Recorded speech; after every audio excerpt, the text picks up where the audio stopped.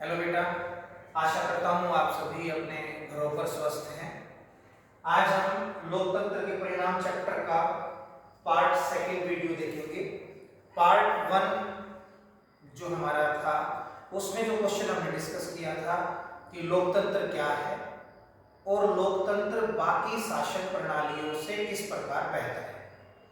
आज की जो हमारी ये वीडियो है इसमें हम 3 पॉइंट्स डिस्कस करने वाले हैं कि लोकतंत्र के राजनीतिक परिणाम क्या क्या हैं, लोकतंत्र के आर्थिक परिणाम क्या क्या हैं और लोकतंत्र के सामाजिक परिणाम क्या क्या हैं।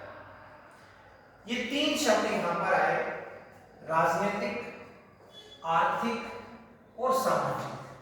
पहले हमें इन तीनों शब्दों को समझना होगा कि ये तीनों शब्द किस तरीके से भिन्न हैं, अलग हैं।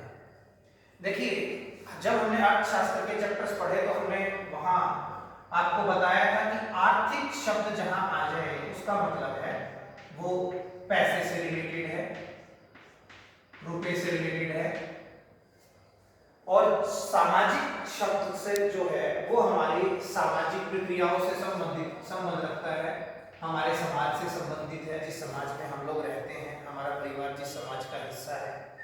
जबकि राजनीतिक जो शब्द है ये राजनीति से जुड़ा हुआ है, सरकार से जुड़ा हुआ है, चुनावी दलों से जुड़ा हुआ है, हमारे चुनावी अधिकारों से जुड़ा हुआ है। इन तीनों शब्दों को अगर एक छोटा सा उदाहरण देकर मैं आपको समझाऊं तो मान लीजिए हम किसी मेले में जाते हैं घूमने, मेले में एंजॉय करते हैं, घूमते हैं, और शाम को आपसे कोई पूछे कि बेटा आज मेले में गए थे तो आपने वहां क्या देखा, क्या सीखा, तो देखने में तो आप बहुत कुछ बता दोगे कि हमने वहां पे खिलौने खरीदे, खिलौने देखे, वहां पे झूला था, हमने आइसक्रीम खाई, ये सारी चीजें आप बता दोगे। लेकिन जब सीखने की बात आती है कि वहां आपकी ऑब्जर्वेशन क्या रही, तो वहां आप ऑब्जर्वेशन नहीं बता पाओगे। अगर उस मेले को ऑब्जर्व किया जाए तो जब आप देखते हो कि वहां कुछ लोग अपने टॉयज बेच रहे हैं या कोई गेम खेल रहे हैं, तो वहां पर कहीं ना कहीं उन लोगों का आर्थिक लाभ जुड़ा हुआ है, क्योंकि वो उससे पैसे कमा रहे हैं। तो उस मेले के आर्थिक परिणाम निकलेंगे कि लोगों की आमदनी होगी। इसी तरीके से जब आप देखोगे तो वहां पर सभी लोग एक दूसरे के साथ समानता का व्यवहार करेंगे और उसके साथ साथ जो मेला है उसको एंजॉय करेंगे। वहां पर लोग एक दूसरे से मिलेंगे, विभिन्न जाति समुदाय के लोग एक साथ रहेंगे, तो वो उस मेले के सामाजिक परिणाम है, क्योंकि समाज में हमारे संबंध बढ़ेंगे, हम एक दूसरे को जानेंगे। इसी तरीके से उस मेले में राजनीतिक परिणाम भी आपको देखने को मिलेंगे। आप देखेंगे मेले की शुरुआत कोई राजनीतिक व्यक्ति जो किसी राजनीतिक दल से जुड़ा हुआ है वो उसका शुभारंभ करता है, वो वहां पर लोगों से अपना जनमत संग्रह करने की कोशिश करता है कि लोग उसे जाने, आने वाले चुनाव में उसे वोट दें। तो इस तरीके से मेले के भी राजनीतिक, आर्थिक और सामाजिक परिणाम निकलते हैं। तो आज की जो हमारी क्लास है उसमें हम जानना चाहेंगे कि लोकतंत्र के राजनीतिक, आर्थिक और सामाजिक परिणाम क्या होते हैं। सबसे पहले हम लेकर चलते हैं लोकतंत्र के राजनीतिक परिणाम, यानी कि जो सरकार से जुड़े हैं, हमारे चुनावी अधिकारों से जुड़े हुए हैं। तो हम पाएंगे कि लोकतंत्र जो है वहां हमें एक जिम्मेदार सरकार मिलती है। जो सरकार बनेगी वो जिम्मेदार होगी, जवाबदेह होगी और वैध होगी। जिम्मेदार सरकार, पहला बिंदु हम एक्सप्लेन करते हैं। देखिए, राजनीतिक परिणाम निकला कि हमें एक जिम्मेदार सरकार मिल गई। क्यों मिल गई? क्योंकि लोग जब चुनाव लड़ते हैं, कोई भी राजनीतिक दल चुनाव लड़ता है तो वो अपना चुनाव घोषणा पत्र हमारे समक्ष रखता है कि अगर हम जीत जाएंगे तो हम ये काम करेंगे, हम लोगों के लिए विकास योजनाएं, कार्यक्रम शुरू करेंगे। तो कहीं ना कहीं उनके ऊपर एक जिम्मेदारी बनती है कि जो उन्होंने प्रोमिस किया है, जो उन्होंने वादा किया है उस चुनाव में, वो उस वादे के अनुसार कार्य करें। नहीं तो 5 साल के बाद जब आप चुनाव होगा तो शायद लोग उन्हें वोट ना दें। तो सरकार जिम्मेदार बनी रहती है। इसके साथ साथ सरकार जवाबदेह होती है। लोकतंत्र की खूबसूरती ये है कि यहाँ जो फैसले लिए जाते हैं वो पारदर्शी होते हैं, ट्रांसपेरेंट होते हैं। हमें पता होता है कि कोई भी नियम और कानून किस तरीके से बना है, उस पर क्या क्या चर्चा हुई है, उसके पीछे सरकार की क्या मंशा है। तो कहीं ना कहीं सरकार पारदर्शी फैसले लेती है। उसके साथ साथ लोकतंत्र में लोगों को ये अधिकार भी है। जैसे अगर आप भारत की बात करोगे तो भारत में आरटीआई एक्ट आया 2005 में। इसके अंतर्गत क्या है कि भारत का कोई भी नागरिक किसी भी सरकारी दफ्तर में, किसी भी सरकारी कार्यालय में कोई भी सूचना प्राप्त कर सकता है आरटीआई एक्ट के अनुसार। मान लीजिए आप किसी भी अपने ही विद्यालय में, मान लीजिए आप ये जानना चाहते हैं कि पिछले कितने समय में, पिछले सेशन में कितने बच्चों को किताबें मुफ्त में मिली हैं 6ठी से 8वीं तक या 1ली से 8वीं तक, तो इसकी जानकारी विद्यालय आपको देगा आरटीआई एक्ट 2005 के अनुसार। तो कहीं ना कहीं जवाबदेही सरकार हमारी होती है, ये लोकतंत्र का ही परिणाम है। इसके साथ साथ जो सरकार है वो वैध है। वैध मतलब जो कानूनी है। कानूनी मतलब जो संविधान में दिए गई प्रक्रियाओं के अनुसार चुनी गई है। संविधान में कहा गया है कि चुनाव होगा, आम चुनाव होगा, 5 साल के बाद होगा, स्वतंत्र और निष्पक्ष चुनाव होगा। तो उस प्रक्रिया के अनुसार, संविधान में दिए गए नियमों के अनुसार ही वो सरकार चुनी जाती है।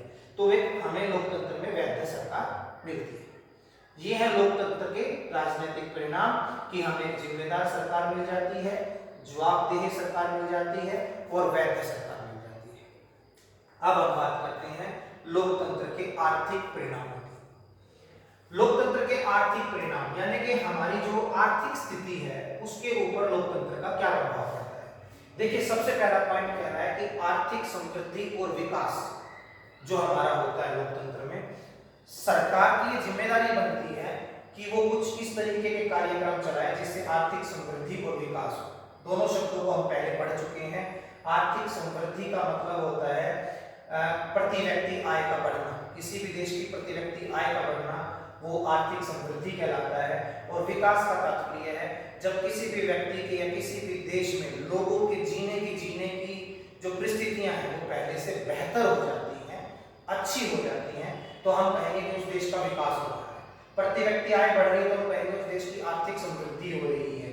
साक्षरता दर का बढ़ना, जीवन प्रत्याशा का बढ़ना, शिशु मृत्यु दर का घटना, ये सभी आर्थिक समृद्धि और विकास को दर्शाने वाले बिंदु हैं। तो कहीं ना कहीं लोकतंत्र में सरकार जो है आर्थिक समृद्धि और विकास कार्यों की जो है कोशिश करती है कि ये सारी परिस्थितियां बेहतर हो सके। इसके साथ साथ लोकतंत्र का एक आर्थिक परिणाम है गरीबी और असमानता को में कमी लेकर आना। आप देखोगे लोकतंत्र में हमने जाना था कि समानता, स्वतंत्रता और बंधुत्व ये 3 आधार हैं लोकतंत्र के। तो हमारा जो संविधान है, लोकतंत्र में जो संविधान है वो कहता है कि असमानता नहीं होनी चाहिए, समानता का व्यवहार होना चाहिए। ये आपने अनुच्छेद 17 में भी पढ़ा है। आपको मौलिक अधिकार भी मिला है कि आप सबके साथ, हम सबके साथ, किसी भी देश के नागरिकों के साथ समानता का व्यवहार होना चाहिए। ठीक है। इसके अलावा अगर आप देखेंगे तो गरीबी को दूर करने के लिए भी सरकार भिन्न भिन्न योजनाएं चलाती है। जैसे आपने मनरेगा एक स्कीम पढ़ी है भारतीय सरकार की।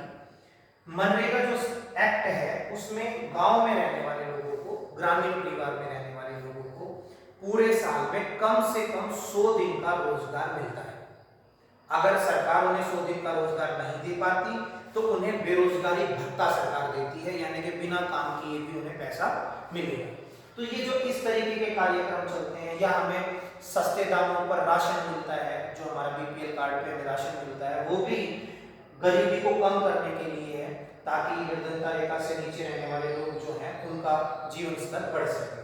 तो इस तरीके के कार्यक्रम सरकार चलाती है ताकि आर्थिक रूप से हम बेहतर बन सके। ये है लोकतंत्र के आर्थिक परिणाम। आर्थिक समृद्धि और विकास होगा, इसके साथ साथ गरीबी और असमानता में कमी आएगी। आइए अब बात करते हैं लोकतंत्र के सामाजिक परिणामों। लोकतंत्र के सामाजिक परिणामों में आप देखेंगे कि जहां भी लोकतंत्र है, जिस देश में भी लोकतंत्र है, वहां सबसे पहले जो जीवन होगा लोगों का वो सद्भावनापूर्ण होगा। एक दूसरे के प्रति हम लोग जो है सकारात्मक होते हैं, एक दूसरे का साथ देते हैं, समाज में समानता, स्वतंत्रता और बंधुत्व का भाव होता है। और कहीं ना कहीं ये जो जीवन है ये हमारे जीवन को, हमारे जीवन की परिस्थितियों को बेहतर कर देता है। हम बेहतर रूप से समाज का हिस्सा बन पाते हैं, अपने देश में खुशी खुशी रह पाते हैं।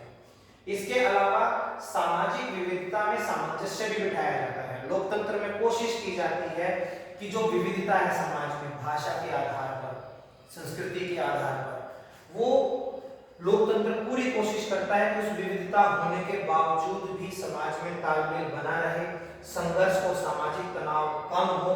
अगर तनाव है, अगर कोई संघर्ष है, अगर कोई मतभेद है, तो उसे बातचीत के माध्यम से हल किया जाए। इसके साथ साथ बहुसंख्यक समुदाय के साथ साथ अल्पसंख्यक समुदाय का भी प्रतिनिधित्व सरकार में होता है, ताकि सत्ता की साझेदारी की जा सके और एक देश पूर्ण रूप से एक खुशहाल देश बन सके, एक विकसित देश बन सके। तो मैं फाइनली इस वीडियो में आज हमने क्या सीखा, लोकतंत्र के राजनीतिक परिणाम, जिसमें आप लिखेंगे जिम्मेदार सरकार मिलती है, जवाबदेह सरकार मिलती है, वैध सरकार मिलती है। लोकतंत्र के आर्थिक परिणामों में आप लिखोगे देश की आर्थिक समृद्धि और विकास होता है, गरीबी और असमानता में कमी होती है। और लोकतंत्र के सामाजिक परिणामों में आप बताएंगे कि सामाजिक विविधता में सामंजस्य आता है, इसके साथ साथ लोगों का जो जीवन है वो सद्भावनापूर्ण होता है। तो ये थे लोकतंत्र के आर्थिक, राजनीतिक और सामाजिक परिणाम। आशा करता हूं आपकी समझ में ये आया होगा। जय हिंद, जय भारत। कितनी 13